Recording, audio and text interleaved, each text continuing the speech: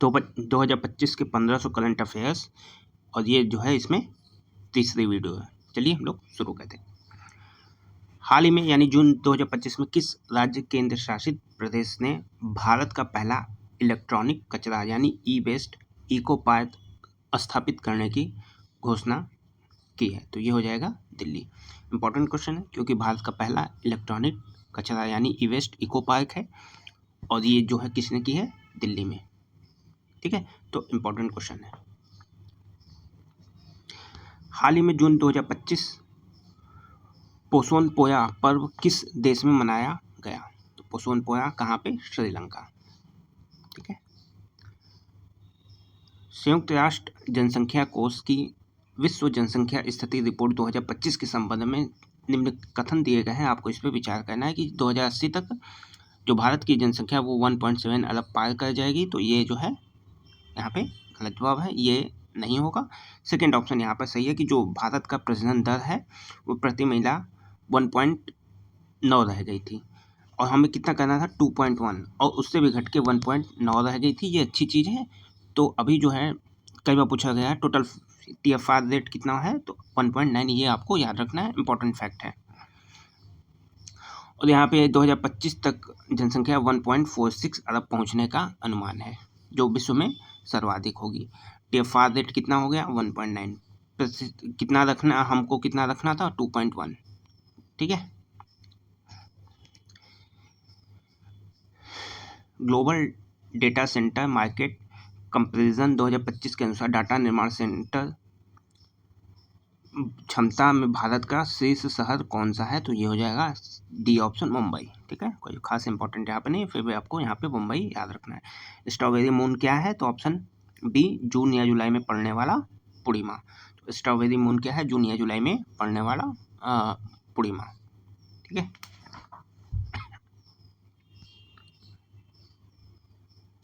कुछ देशों में इसे हॉट मून, रोज मून और मिड मून भी कहा जाता है। और लगभग हर 20 साल में स्ट्रॉबेरी मून और समर सोलिस्टिस की घटना एक साथ होती है, और ये अगले साल स्ट्रॉबेरी मून कब पड़ेगा? 30 जून 2026 को। जून 25 में वित्तीय स्थिरता एवं विकास परिषद की 29वीं बैठक कहाँ पे आयोजित की गई? तो ये हो जाएगा मुंबई में, ऑप्शन डी। ILO के संदर्भ में निम्नलिखित कथनों पर विचार करना है। इस नवीनतम आंकड़ों के अनुसार भारत में सामाजिक सुरक्षा दायरा 50% से अधिक हो गया। इसकी स्थापना 1945 में वर्साई की संधि से हुई थी। इसे वर्ष 1954 में विश्व शांति के लिए नोबेल पुरस्कार मिला गया था। तो इसका ऑप्शन केवल एक हो जाएगा, ऑप्शन सी। ठीक है, केवल यही फैक्ट आपन सही है कि सामाजिक सुरक्षा का दायरा वो 50% से अधिक हो गया है। जबकि स्थापना के संबंध में हम लोग बात करेंगे तो इसकी स्थापना 1919 में वर्साई की संधि ही 1919 में हुई थी। ठीक है, तो 1919 में हुई थी। 1945 का फैक्ट आपको नहीं याद रखना है। और नोबेल जो पुरस्कार की बात हो रही है, नोबेल पुरस्कार मिला था 1969 में विश्व शांति के लिए। तो ILO कब हुआ था? तो 50 ये सही हो जाएगा। 1919 में स्थापना, वर्साई की संधि, 1969 में नोबेल पुरस्कार। ठीक है। हाल ही में भारत के लोकपाल द्वारा अपनाया गया नया आदर्श वाक्य क्या है? तो बी ऑप्शन हो जाएगा, नागरिक सशक्तिकरण भ्रष्टाचार उजागरीकरण। इंपॉर्टेंट है क्वेश्चन, याद रखना है आपको। नागरिक सशक्तिकरण उजागरीकरण, 2 बार करण आ जाए वो आपको ध्येय वाक्य है। यहाँ पे तेंदुओं की सबसे अधिक संख्या वाला शहर किसे बनाया गया है? तो ये हो जाएगा बेंगलोर। ठीक है, 80 से 85 तेंदुए हैं, और यहाँ पे इसे तेंदुओं का शहर जो है वो बनाया गया है, किसको? बेंगलोर में। तो भारत की तेंदुआ राजधानी बेंगलोर को कहा गया है। ठीक है, कहीं भी पूछ ले भारत की तेंदुआ राजधानी क्या है, तो बेंगलोर आपको याद रखना है कि 80 से 85 संख्या में यहाँ पे तेंदुए पाए गए हैं। इसमें से यहाँ पे आपको 54 बंदेरघट्टा नेशनल पार्क BNP। ठीक है, तो यहाँ भी BNP कहाँ है? तो ये भी बेंगलोर में आपको याद रखना है। इसकी मेज़बानी किसने की? हाल ही में किस देश ने तीसरी अंतर्राष्ट्रीय दूरसंचार संघ की मेज़बानी की? यहाँ पे क्वेश्चन है, तो ये हो जाएगा भारत। आपको फैक्ट याद रखना है, कोई खास इंपॉर्टेंट है नहीं, फिर भी आपको याद रखना है। केंद्रीय फोकस ग्रुप FG की बैठक की मेजबानी भारत ने। हाल ही में यानी जून 25 में संपन्न सैन्य अभ्यास टाइगर क्ला, इम्पोर्टेंट है, नाम भी अच्छा है। तो टाइगर क्ला किन देशों के वायुसेना, तो वायुसेना अभ्यास था, तो भारत और यूएसए, दो ही टाइगर, भारत और यूएसए, याद रखना है। जहाँ भी टाइगर आ जाए कौन है भाई, भारत तो अपना होगा ही, साथ में यूएसए। यहाँ पे टाइगर क्ला अभ्यास, यह अभ्यास इतने जून से गरुण रेजिमेंटल प्रशिक्षण केंद्र चांदी नगर उत्तर प्रदेश में हुआ और यह उत्तर भारत के विभिन्न स्थानों पर आयोजित किया गया था। तो ये इंपॉर्टेंट फैक्ट यहाँ पे उत्तर प्रदेश के संबंध में, कहाँ पे, चांदी नगर उत्तर प्रदेश, आपको याद रखना है। ठीक है, बड़ी बात है कि चांदी नगर में इस तरीके का युद्धाभ्यास भी हुआ था। तो यूपी में हुआ था, कहाँ पे, चांदी नगर यूपी। ठीक है, और अन्य स्थानों पे भी हुआ था। जून 25 में किस पहले भारतीय मूल के व्यक्ति को अमेरिकन मेडिकल एसोसिएशन का अध्यक्ष चुना गया? ठीक है, तो ये हो जाएगा बी ऑप्शन, डॉक्टर श्रीनिवास मुखमल्ला। तो इतिहास में पहली बार संगठन की कमान एक भारतीय मूल ने संभाल ली है, इसलिए यह क्वेश्चन इंपॉर्टेंट हो जाता है कि 178 साल के इतिहास में पहली बार ऐसा हुआ है कि अमेरिकन मेडिकल एसोसिएशन का जो मुखिया जो बना है वो भारतीय निवास का है, भारतीय मूल का है, और उसका नाम क्या है, डॉक्टर श्रीनिवास मुखमल्ला। ठीक है, मुखमल्ला याद रखना है कि भाई माला अमेरिका, भारतीय मूल का।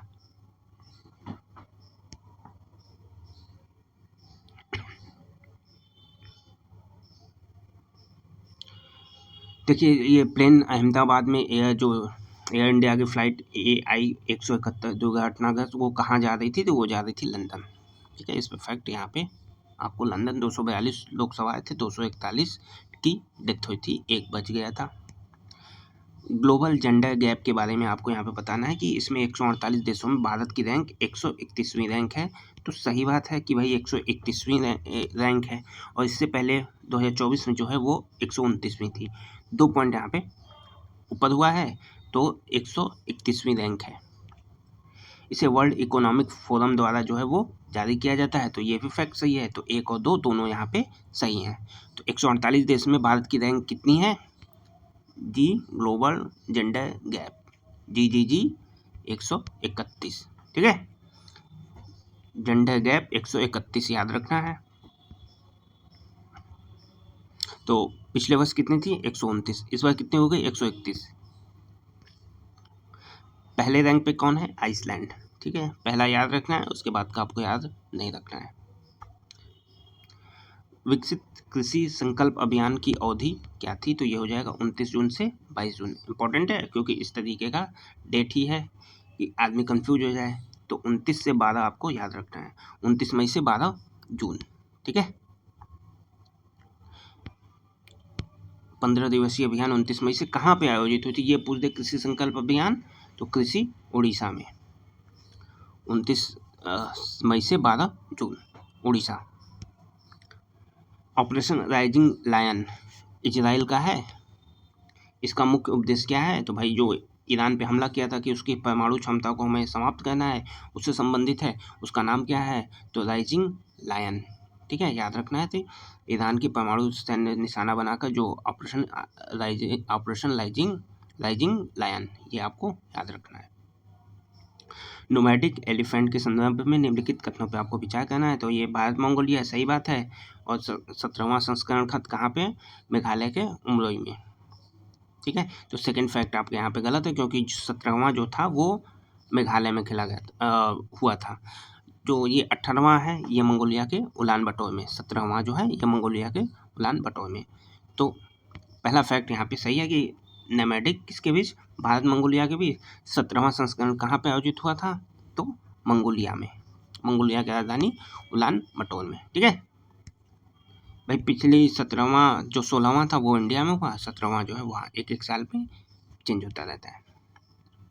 यहाँ पे आपको सूची मिलान करना है, तो सी ऑप्शन। सिफत कौर सामरा जर्मनी के म्यूनिख में ISSF विश्व कप में महिलाओं में 50 मीटर पोजीशन में कांस्य जीता है। तो सामरा आपको लगा देना है कांस्य जीता है। फिर प्रियंका गोस्वामी कौन सी महिलाओं की 10 मीटर रेस में पहला स्थान? प्रियंका दौड़। प्रणीति नायक एशियाई कलात्मक जिम्नास्टिक चैंपियनशिप कांस्य जीता है।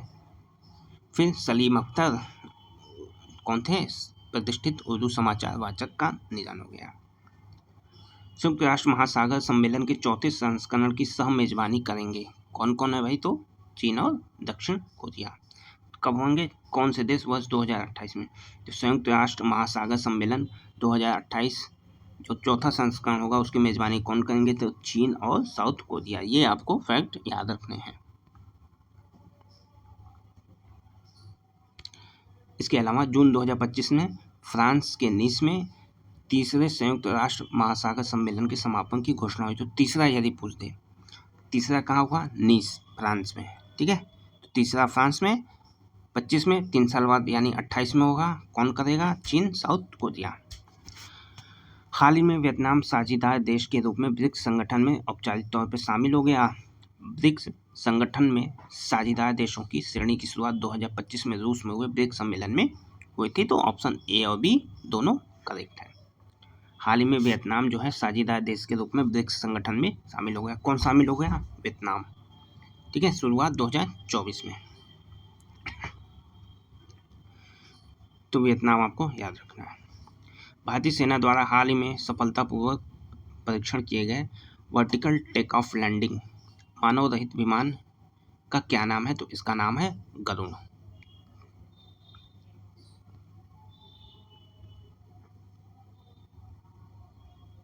माफ कर दिएगा, इसका नाम है रुद्राक्ष।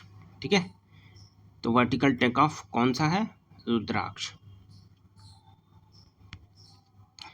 भारतीय सेना ने रुद्राक्ष नामक एक वर्टिकल टेक ऑफ लैंडिंग मानव रहित विमान का सफल परीक्षण कर लिया गया है। तो कौन है? रुद्राक्ष। ठीक है, वर्टिकल टेक ऑफ रुद्राक्ष याद रखना है। ये स्पोर्ट वर्ल्ड कप के संदर्भ में निम्नलिखित कथनों पर विचार करना है कि भाई ग्लोबल एम्बेसडर किसे? Cristiano Ronaldo. तो रोनाल्डो को ग्लोबल एम्बेसडर बनाया गया है। सेकंड, लिस्बन पुर्तगाल में हो रहा है, ये जो है गलत है। इसका जो आयोजन हो रहा है वो सऊदी अरब रियाद में हो रहा है। ठीक है, तो यहाँ पे ई स्पोर्ट वर्ल्ड कप किसको बनाया गया है? ग्लोबल रोनाल्डो को। कहाँ पे हो रहा है? रियाद, सऊदी अरेबिया में। भारत दुनिया की चौथी सबसे बड़ी स्थापित पवन ऊर्जा क्षमता वाला देश है। तो ये ऑप्शन सही हो जाएगा। भारत सरकार 2045 तक भारत की ऊर्जा मांग का 50% गैर जीवाश्म ईंधन को पूरा करने का लक्ष्य रखा गया। ये गलत हो जाएगा। यहाँ पे 2045 की जगह 2030 आप कर देते तो ये एक आंसर करेक्ट हो जाता। ठीक है, यहाँ पे फैक्ट देख लीजिए आप। 2030 तक भारत की कुल ऊर्जा मांग 50% गैर जीवाश्म पूरा करने ईंधन स्रोतों से पूरा करने का लक्ष्य और 2070 तक शुद्ध शून्य कार्बन उत्सर्जन की स्थिति। और भारत कौन सा देश है पवन ऊर्जा में? चौथा देश। पहला पे कौन है? चीन। Second America. Third Germany. हाल ही में इसरो ने उत्तर प्रदेश के किस जिले में रॉकेट प्रक्षेपण का सफल परीक्षण किया? तो यह हो जाएगा कुशीनगर। इंपॉर्टेंट फैक्ट है, याद रखना है आपको यूपी के संदर्भ में। यह उत्तर प्रदेश के कुशीनगर में।